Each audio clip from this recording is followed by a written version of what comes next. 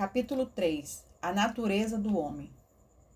Para entendermos a vida proposta a nós como imagem e semelhança de Deus, precisamos estabelecer uma realidade sobre a nossa natureza. O homem é constituído por 3 partes: corpo, alma e espírito. O apóstolo Paulo fala sobre isso em sua carta aos Tessalonicenses, no capítulo 1 Tessalonicenses, no capítulo 5, versículo 23. E o mesmo Deus de paz vos santifique em tudo, e todo o vosso espírito e alma e corpo sejam plenamente conservados e irrepreensíveis para a vinda de nosso Senhor Jesus Cristo. Também vemos essa mesma distinção na carta aos Hebreus, no capítulo 4, versículo 12. Pois a palavra de Deus é viva, eficaz e mais afiada que qualquer espada de 2 gumes.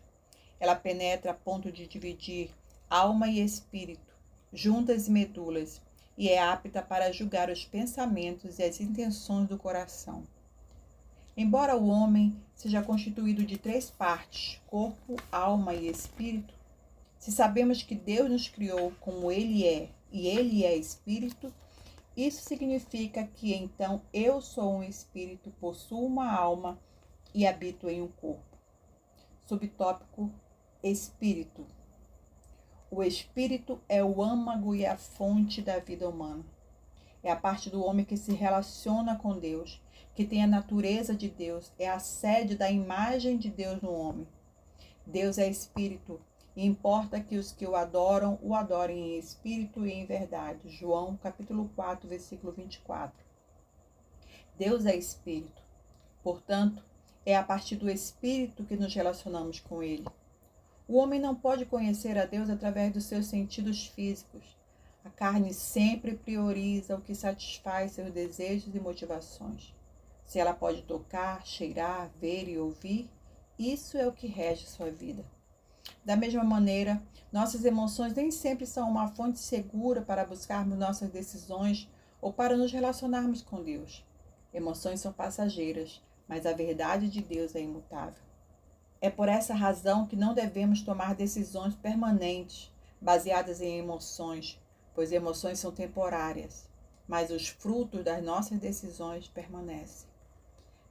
Se somos semelhança de Deus em nosso espírito, a fonte da nossa vida precisa ser espiritual.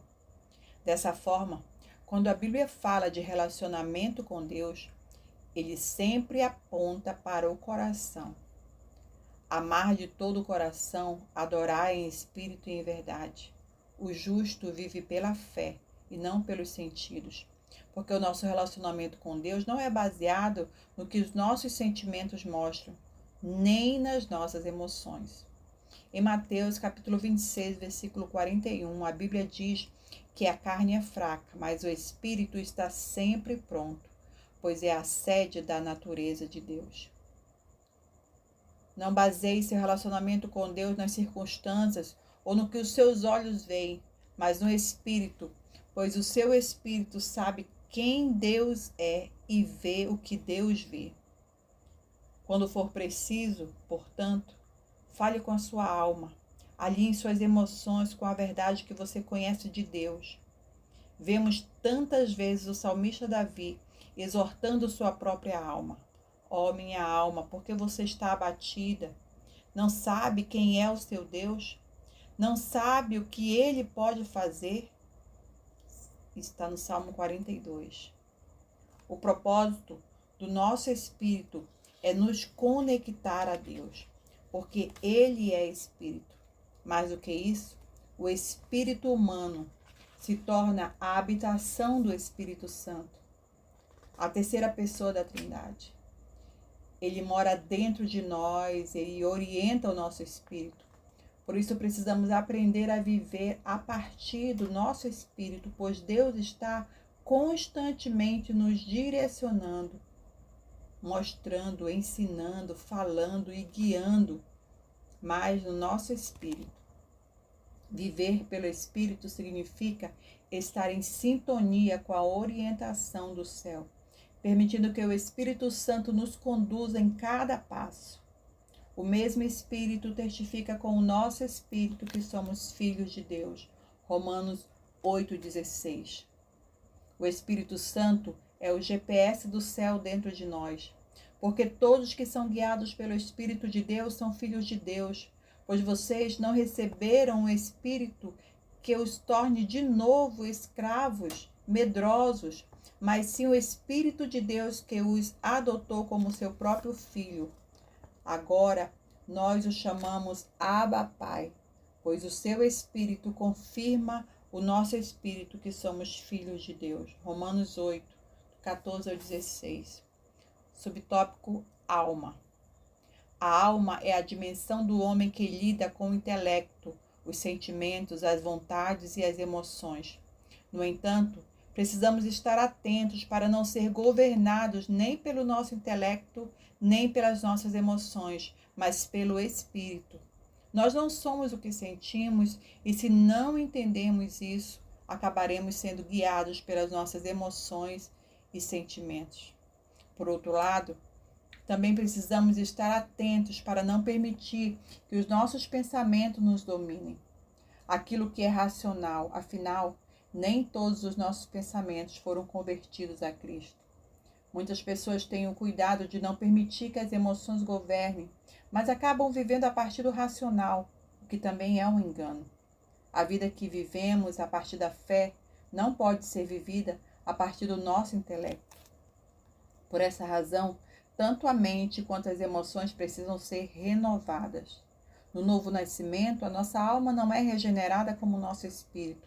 Ela ainda quer pensar os mesmos pensamentos e sentir as mesmas coisas.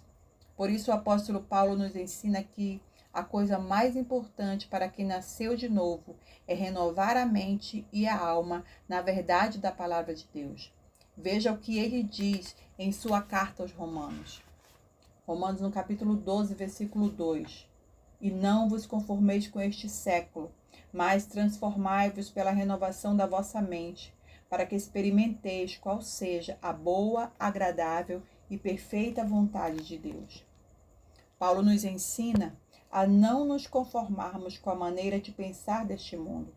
Não entre na forma do que o mundo diz ser racional, verdadeiro ou pleno. Para viver transformação e novidade de vida, você precisa mudar a maneira de pensar. Ele ainda vai mais fundo dizendo que viver a boa, perfeita e agradável vontade de Deus está condicionado à renovação da mente. Isso é muito sério. Muitas vezes, você não está vivendo a plenitude de vida de Deus, não porque Ele não tenha preparado essa realidade para você, mas porque a sua mente está constantemente levando para o que é contrário à verdade de Deus. Nesse caso, é impossível experimentar aquilo que Ele diz já ser real sobre a sua vida. Se a sua mente está constantemente levando para o que é contrário à verdade de Deus, é impossível experimentar aquilo que Ele diz já ser real sobre a sua vida. Já percebeu que tudo começa na nossa mente? Talvez você já tenha se dado conta, mas é o seu pensamento que conduz a sua vida. O que ouvimos e as sugestões que recebemos na mente geram ideias, sentimentos, medos e dúvidas. E tais sentimentos condicionam nossas ações. A autora Joyce Meyer tem uma frase poderosa sobre isso. Ela costuma dizer: para onde a mente vai, o homem segue. E essa é a mais pura verdade. Dependendo de onde escolhemos fixar nossos pensamentos, podemos gerar fortaleza, esperança, coragem e recomeço. A coisa mais importante para nós que somos salvos é a renovação da nossa mente na palavra de Deus. Sem isso, seremos sempre vítimas das sugestões do inimigo e seus planos contra nós. Decida pensar o que Deus pensa. A escolha é sua. Por isso, a sua mente precisa estar alinhada com o que Deus declara como verdade. Porque as armas da nossa milícia não são carnais, e sim poderosas em Deus para destruir fortalezas. Destruímos argumentos e toda pretensão que se levanta contra o conhecimento de Deus. E levamos cativo todo pensamento para torná-lo obediente a Cristo. 2 Coríntios capítulo 10, versículo 4 e 5. O apóstolo Paulo descreve a nossa mente como um campo de batalha, onde há uma guerra sendo travada o tempo inteiro. Ele diz que as nossas armas não são carnais, mas poderosas em Deus para destruir fortalezas. O que são essas fortalezas? Pensamentos e argumentos que se levantam contra a verdade de Deus. Não gaste energia lutando contra o outro, vigie a sua mente. Se pensamentos são fortalezas, o que você tem guardado na sua mente? Que tipo de verdade cerca suas decisões, emoções e estilo de vida? Não se engane. O pensamento que você alimenta constantemente é o que desce para o seu coração, gerando verdade em você e produzindo as palavras que você declara e, por fim, gerando as realidades que você irá viver. Por isso, filtre tudo que passar pela sua mente com a palavra de Deus. Renove a sua mente continuamente, substituindo pensamentos antigos pelo novo da palavra de Deus. Substitua a velha forma de pensar e de viver que não se alinha com a palavra de Deus. Assim você começará a gerar vida nova e transformação conforme o que Deus diz sobre você. Nosso relacionamento com Deus jamais deve se basear no que estamos sentindo no momento ou no que as circunstâncias nos dizem. Ao contrário, deve se basear no que o nosso espírito sabe sobre ele. É isso que deve governar o nosso pensamento. Sabemos do seu caráter, da sua fidelidade, do seu amor. E é a partir desse conhecimento que precisamos viver. Subtópico: corpo. O corpo é a morada da nossa alma, mente e do espírito humano. É a dimensão do homem que faz contato com o mundo físico através dos 5 sentidos: tato, olfato, audição, visão e paladar. Portanto, a resposta do nosso corpo será sempre através do que é natural e terreno, buscando satisfazer seus prazeres e impulsos. Quando Paulo fala sobre as obras da carne, em Gálatas 5, note que ele sempre faz menção a reações deturpadas a algo que foi criado como bom, para nosso benefício, tais como relacionamentos interpessoais, vida íntima, provisão e sustento. Ele diz nos versículos 15 e 16, por isso digo, vivam pelo Espírito, e de modo nenhum satisfarão os desejos da carne. Pois a carne deseja o que é contra o Espírito o que é contra a carne. Eles estão em conflito um com o outro, de modo que vocês não fazem o que desejam. Seu corpo não foi feito para governar. A sua carne o fará pecar todas as vezes se você permitir que ela tenha controle. Portanto, rogo-vos, irmãos, pela compaixão de Deus, que apresenteis os vossos corpos como sacrifício vivo, santo e agradável a Deus, que é o vosso culto racional. Romanos 12, 1. O seu corpo deve ser governado pelos seus pensamentos submetidos à palavra de Deus. Paulo está escrevendo para os cristãos da igreja de Roma, não para o mundo. Ele dá uma instrução crucial sobre o que devemos fazer com o nosso corpo. Uma atitude individual que ninguém pode fazer em nosso lugar. Entregá-lo como sacrifício vivo. Em outras palavras, Paulo está dizendo à igreja, não permitam que sua carne governe mais. Exerçam domínio sobre ela, porque essa não é mais a maneira de vocês viverem. Note que ele não diz apresentem-se como sacrifício vivo, mas sim apresentem os vossos corpos. Ele sabe que o corpo é o homem exterior. Portanto, é ele que precisa ser apresentado. A Bíblia diz que o homem exterior se corrompe, mas o interior se renova dia após dia. Quem deve ditar as direções em sua vida é o seu espírito. 2 Coríntios 4,16.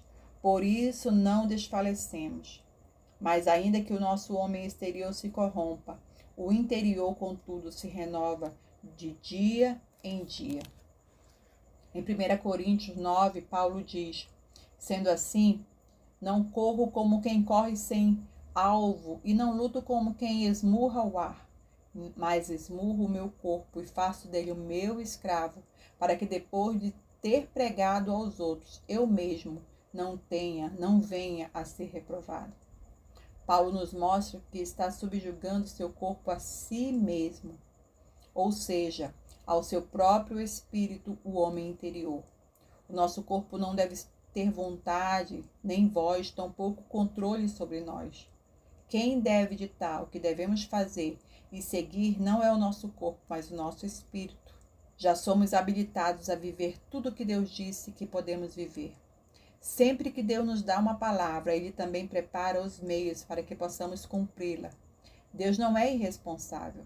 Se Ele tem um plano, um propósito, uma ideia, Ele também nos dá toda a habilidade necessária para que possamos progredir e viver conforme o que Ele planejou para nós. Com o plano de Deus vem a capacidade de realizá-lo, garantindo que possamos alcançar tudo o que Ele nos prometeu. Foi assim com Adão, quando Deus preparou tudo, interna e externamente, para o homem viver o extraordinário em sua plena capacidade. Por isso, todos os dias precisamos escolher viver a partir do que Ele já nos disponibilizou para nós. Mas, se Deus nos deu vida, por que ainda escolheríamos a morte? Se temos tudo à nossa disposição, por que a nossa vida não reflete essa realidade? No próximo capítulo, veremos onde e como o propósito original de Deus para o homem foi deturpado e onde o desvio desse plano extraordinário teve início.